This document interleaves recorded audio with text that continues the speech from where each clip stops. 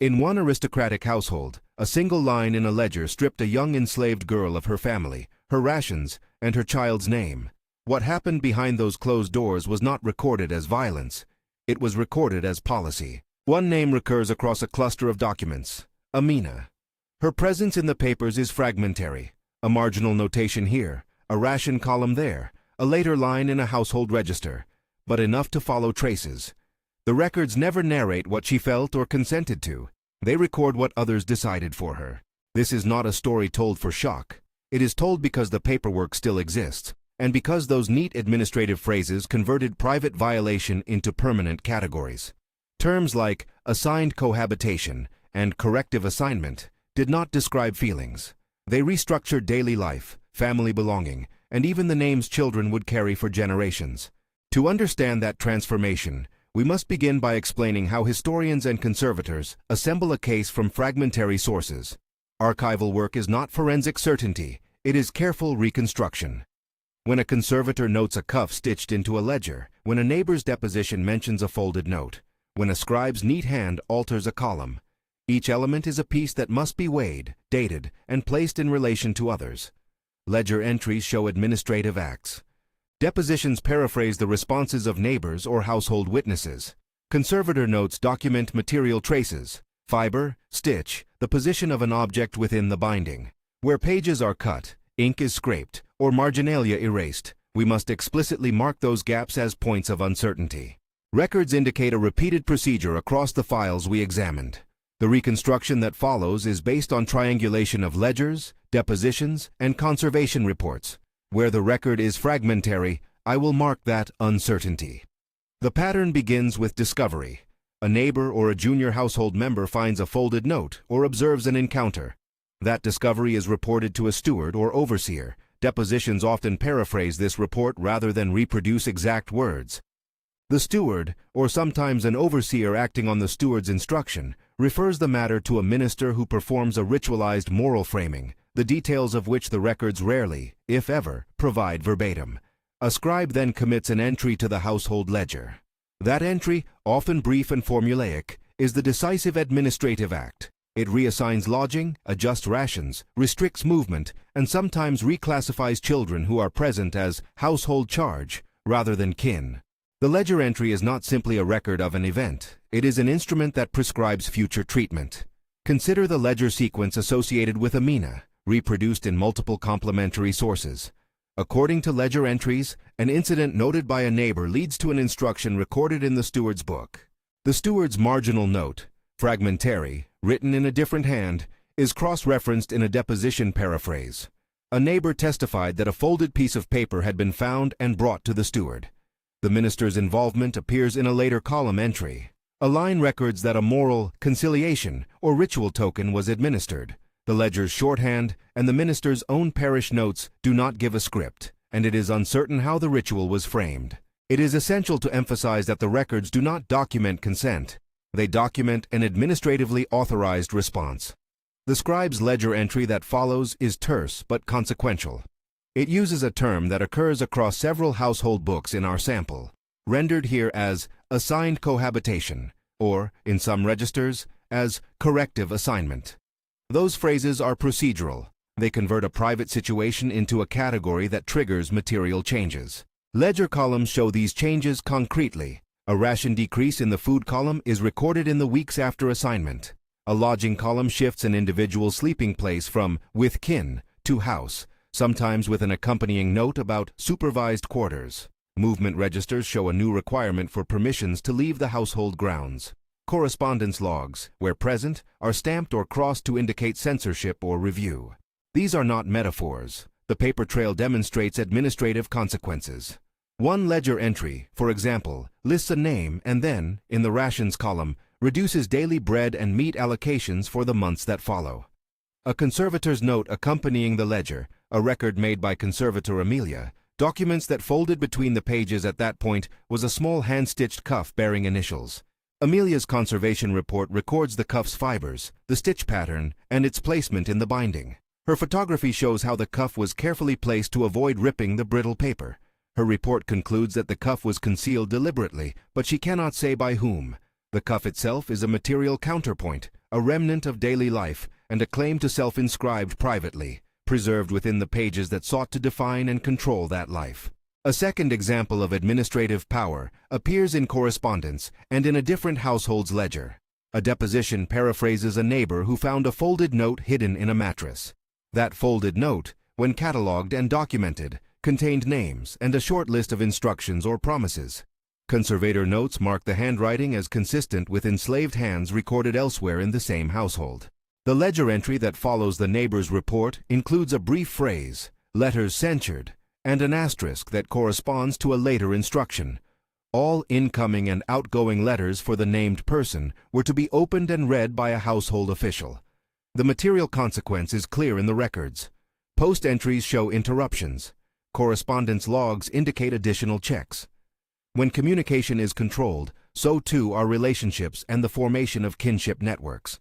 A third, and perhaps most striking example concerns children's names. Ledgers often contain parallel columns, one for household charges, one for named kin. In multiple registers we examined, names that had appeared in the kin column are later moved under the house column. Depositions paraphrase conversations in which stewards explain decisions about placing children in the household. In one case documented across successive ledgers, a child initially recorded as son of X is later listed simply as house charge, with an annotation that the child's rations and clothing are to be provided by the household purse rather than by a family allowance. This administrative reclassification carried genealogical weight.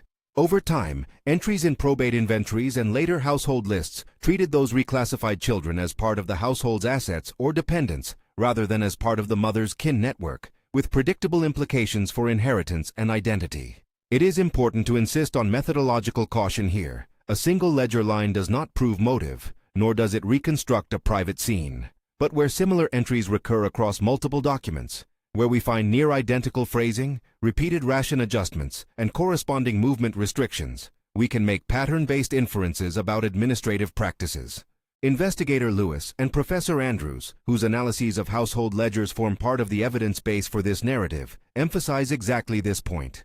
Their work compares phrasing across dozens of registers and correlates ledger lines with depositions and conservators' catalogs. Where the language repeats and the material consequences align, a pattern of bureaucratic normalization emerges. Private acts were not merely noticed, they were formalized. What did formalization do? It turned intimacy into a category subject to administrative control. The ledger did more than record a crisis. It prescribed living arrangements, rationing, surveillance, and genealogical status. That prescription altered daily life in measurable ways. Household duty rosters shift, names in the sleeping quarters column change, correspondence logs register a spike in censored letters the week after an assignment is recorded. An entry that may appear linguistically neutral, a neat phrase at the edge of a page, precipitates a cascade of material effects. Those effects are what made the practice particularly cruel. They were enduring, routinized, and enforced by men whose authority was given institutional form through note and seal. There is a ritual component in several depositions and parochial notes that merits careful description, precisely because the record is cautious and fragmentary. When a minister becomes involved, the ledger sometimes records a token exchange, a palm coin, a brief notation of anointing, or the word conciliation. The documents we hold do not provide the wording of any ritual. They do, however, indicate that ministers were asked to lend moral sanction to administrative decisions. The presence of a minister in the chain, recorded not as a participant in violence, but as one who framed events in moral language, served to produce a textual authority that legitimized the household's actions. We must be clear, the ritual elements in the record are procedural markers. They do not prove consent on the part of the person assigned, and they do not erase the role of household power. The ledger's permanence is especially damaging in the genealogical register. By moving children from kin to household charge, a ledger entry could interrupt a line of descent. Subsequent probate and census-like inventories that referenced earlier ledgers perpetuated that reclassification. One sequence in our files shows a child's name appearing in an early household register as child of Amina, later appearing in a mid-period ledger as house charge, and finally being listed in a probate inventory with clothing and rations allotted under the household's expense column. Over decades, such administrative acts accumulated into family histories altered on paper and in law. Descendants looking back, or trying to re-establish kinship ties, Encounter paper where once there might have been testimony. This is administrative violence. The bureaucracy of the ledger had the power to remap belonging. Yet these papers do not contain monolithic power without resistance.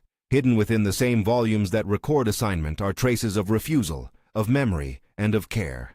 Conservator Amelia's report on the stitched cuff is one tangible example. The cuff, small and delicately mended, bears initials stitched by hand. Amelia's fiber analysis dates the thread and fabric to the household's period of occupation. Her notes describe the cuff's concealment between pages as intentional. That cuff is a refusal to vanish into accounting columns. It is an assertion of personhood left in a place that also sought to deny it. The folded note discovered by a neighbor in another series of documents is a second instance of clandestine life. Depositions paraphrase the neighbor's discovery. The paper was hidden beneath a mattress, folded small, and contained names and brief notations. Conservators cataloged the paper's handwriting in ink, and the document was placed together with depositions that describe a communal effort to teach reading and arithmetic in secret, a practice noted in other testimonies as clandestine teaching. Those depositions indicate that within households where administration sought to control intimacy, people nonetheless taught children to read and wrote names into places they hoped would outlast the ledger. The ledger records the effort to deny. The hidden note records the effort to persist. A third form of resistance appears in marginalia and patched clothing. In several volumes, marginal notes in an informal hand provide corrections to official entries or cross-references to other documents that preserve names omitted from the main register. In one particularly telling case, a set of depositions records that an older woman taught younger girls to stitch their names into garments and cuffs. The conservator's catalog contains a number of items with such hand-stitched names. These small acts, sewing a name, folding a note, teaching a child to read, are not visible in the ledger's columns, but they survive in the material record and in testimonies. They are evidence of agency and of refusal to be fully captured by administration. Resistance is not only private, it can be communal and organized. Investigator Lewis's field notes show patterns where multiple households experienced similar ledger entries and where neighbors provided depositions that contested stewardship decisions. Professor Andrews's comparative work identifies repeated formulae across registers that appear to have been used to justify administrative actions. Where depositions challenge those formulae, or where marginalia question scribe notations, there are signs that people within and around households understood the ledger's power and moved to counter it by recording alternate facts, leaving objects where they might be found, or supplying testimony that complicated the official narrative. All of this raises an archival and ethical question. What does it mean to preserve documents that record harm? Conservator Amelia and the archivists who worked on these collections have insisted that preserving the material traces is not neutral. Stabilizing a cuff, capturing high-resolution images of a folded note, and retaining a ledger's original binding are acts of memory and of accountability. Each preserved object can bear witness. But the act of preservation also involves decisions. Which items to prioritize, how to describe them in catalogs, how to contextualize them for public audiences. These curatorial choices shape how history is told and how descendants or researchers understand the past. Archivists and public historians therefore face a double responsibility. First, to preserve the fragile material evidence so that patterns can be studied and people can access their own histories. Second, to present the documents with methodological clarity and ethical sensitivity. That means catalog entries that record not only the date and hand, but the conservator's observations. When a page shows signs of being cut, when ink has been scraped, when names have been trimmed from the margin. It means indexing depositions and ledger entries together so that users can see correspondences and contradictions. It also means foregrounding uncertainties, where the record is fragmentary, where ritual words are absent, where motive cannot be established. Accurate history requires honest acknowledgement of what the papers can and cannot prove. Practically, this work involves a range of actors. Conservator Amelia physically stabilized the cuff, photographed it, and wrote a technical report. Investigator Lewis compiled comparative indices and mapped register language across households. Professor Andrews provided interpretive frameworks and cautioned against overgeneralization. Each contribution is essential. The conservator cannot interpret a scribe's motives. The historian needs the conservator's report to ground claims about materiality. The depositions give voices, paraphrased and mediated, that complicate ledger entries. Taken together, These sources allow a careful reconstruction that is evidence-based rather than speculative. There are limits to what we can know. Pages were deliberately cut in some bound volumes, and in other volumes ink appears to have been scraped away. Marginalia sometimes contradict main entries. When a minister's involvement is noted, the record does not reveal the minister's words. When a child's name is reclassified, we find no recorded consent. These absences are important and must be stated plainly. In many cases, the ledger is a record of decision, not of interior states.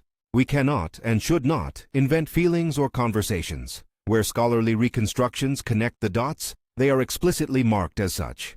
The moral argument that emerges from this careful reconstruction is stark but specific. The ledger's cruelty was not only physical punishment, it was bureaucratic normalization.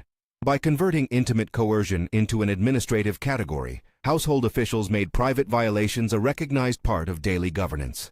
That process had material consequences: reductions in rations, changes in sleeping quarters, supervised movement, censorship of letters, and the reclassification of children that affected inheritance and identity. Those effects were documented and reproduced across documents, producing a systemic pattern that historians can read. The title's strong moral claim, that what was done behind closed doors was worse than punishment, rests on the fact that administrative normalization prolonged and institutionalized harm in ways that punishment, however severe, does not. Punishment is episodic. Administrative reclassification is ongoing and recursive. There is, however, another side to the ledger: the small, persistent acts of resistance that survive in stitched cuffs, hidden notes, and clandestine teaching. These traces tell us that administration never achieved total control. People left objects in places where future finders might locate them. They taught children in secrecy. They stitched names into garments. These acts of preservation, often anonymous, often risky, provide the archival footholds that allow historians to reconstruct the administrative practices that otherwise might seem merely procedural. They remind us that agency persisted even within constraint. What, then, should be our response as a public? First, it is an ethical imperative to preserve these fragile materials. Local archives and conservators keep the physical traces that allow such reconstructions. Supporting their work is a concrete way to honor those who left us evidence. Second, public history must present these records with the methodological care they require, acknowledging uncertainty, avoiding sensationalization, and centering the dignity of those named in the pages. Third, historians and communities should collaborate to make catalogs and digitize materials accessible in ways that respect privacy and descendant communities' wishes while enabling research. The ledger will always be a double-edged object, instrument of control and container of counter-memory. Its lines are both indictment and evidence. When we place Amina's name next to a ration column, next to the steward's marginal note, next to the conservator's photograph of a stitched cuff, we are confronting a bureaucracy that did more than record a transgression. It made that transgression part of an enduring social order. At the same time, when we find the folded note and the hidden stitch, we also find life insisting on its own terms. This is not a story that ends neatly. The archival archive is incomplete, and it will remain so. But the fragments we possess demand action. Preserve the papers, catalog them with rigor, fund conservation, and practice public history that makes clear both the pattern of administrative violence and the human persistence that refused it. Share these histories responsibly, listen to descendant communities, and support the institutions that keep these fragile traces alive. If this account has prompted you to want more archival deep dives into hidden histories, consider subscribing to follow further work that examines how paper shapes lives and legacies. Support local archives and conservators. Share these findings with people who care about truth, memory, and accountability. Leave a thoughtful comment about what these records ask of us today. In closing, return to the image of the ledger open on a sunlit table. The script in its neat hand, the marginal notes, the concealed cuff.